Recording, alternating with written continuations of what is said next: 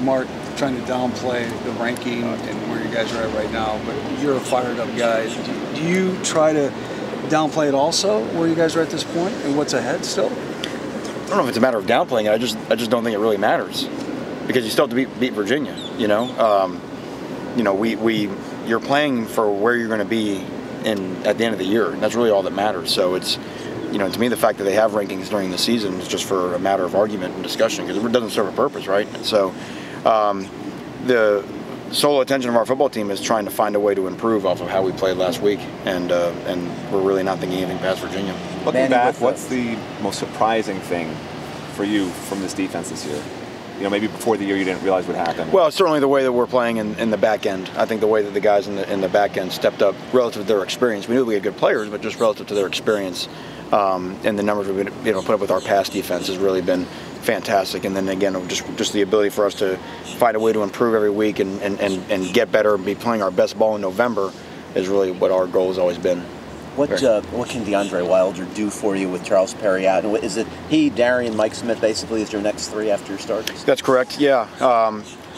Wilder's been training for this moment. He certainly adds an element of speed, which you want to that linebacker who plays out there to the field. He's got to be stopped to come in and play the run and tackle, and then agile enough to go out there and be out where all the wideouts are. So, we've been impressed with him since he's been here, and we always tell those guys, you never know when your chance is going to come about, and here it is. Talking about when people's chances come about, the freshmen, I know you said a little bit about the back end, but Trajan, Garvin, who else?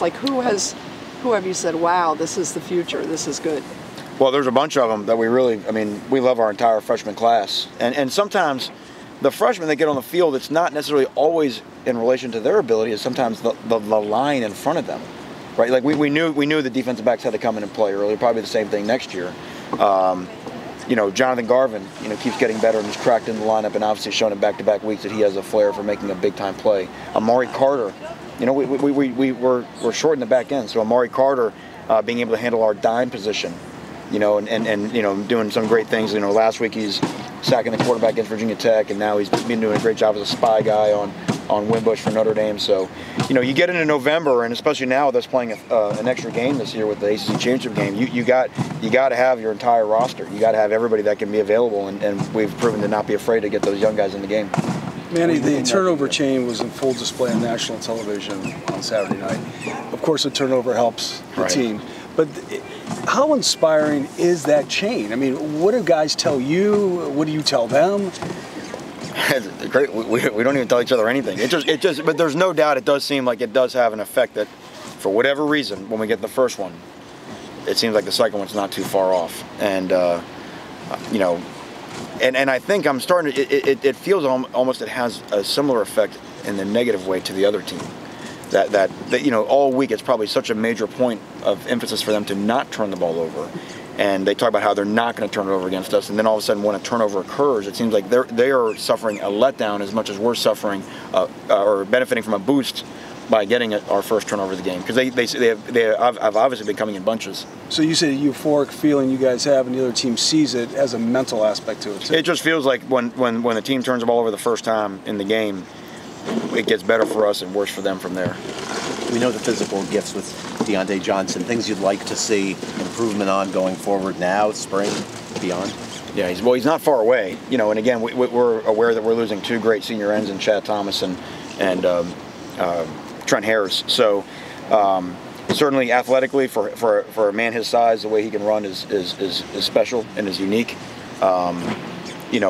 Defensive end, I think that what all the guys, even Joe Jackson a year ago, Joe just had to play because of our numbers. Remember last year we were inventing defensive ends midway through the season. So the position has become so hard now with what people are doing in the run game. And it's just not in the old days where you just raced around the edge every play, and just understanding all the different ways that when you have to play the dive and when you play the quarterback and all that type of stuff. And I think as the more he gets comfortable with that, I really think he'll make a major impact on our team. What kind of challenge does Virginia's offense present? Well, Virginia is a lot of they prevent you from ever being comfortable defensively, because they're always presenting you with a different personnel group, a different formation, a different pre-snap motion, a shift. So it's a team that you absolutely have to pay attention to. You have to make sure you're focused and locked in because you can get beat before the snap. They've got variety in their run game, inside runs and outside runs, and then and I think we all on our roster have a lot of respect for the quarterback because we saw firsthand in our game with them last year. That guy stood in there, took some shots, and delivered some strikes against our defense with some older DBs a year ago. So it'll start like anything, and for us, it'll start up front. We got to do a great job of trying to limit the run game and make them one-dimensional. Same thing we would try to do every week. Do you have any interactions with Bronco over the years? Have you seen him or faced teams? Not really. With your corners, obviously you have 5 who can play, who can help you right now. Did Javonte get defensive snaps last week, and how do you guys decide snaps among those 5? He did. A lot of times it's, really what the week, what's our game plan going to be, how we're going to base ourselves coverage-wise, what's the challenge that the other team presents. We like all 5 guys. I think all 5 do have a little bit different skill sets. So is it going to be more of a man week? Is it going to be more of a zone week? Is it more of a week with a lot of adjustments? That type of thing. So I think, obviously the guys that are more experienced have more ability to handle, the more of adjustments, things like that. So that's what goes into it. Last question. You play to your coach, to your personnel, and to a certain degree, has Bronco changed his approach at all through the years? From like what you saw last year back to BYU or anything like that? Well, yeah, I don't think there's any doubt. Well, but also he's, when I think of Bronco, I think of an outstanding defensive coach. I mean, I've always admired watching what he does schematically and the way his guys play defensively, and I think that's what you can see this year in Virginia is that their defense is starting to take on his personality and becoming a real pain for offenses to go against. In terms of who he's had on offense, that's varied based off of what they've tried to do scheme-wise, and then obviously what their personnel is. At BYU they had a running quarterback. Here their quarterback is more of a thrower, so they're going to play to the strengths of what they have. Thank you.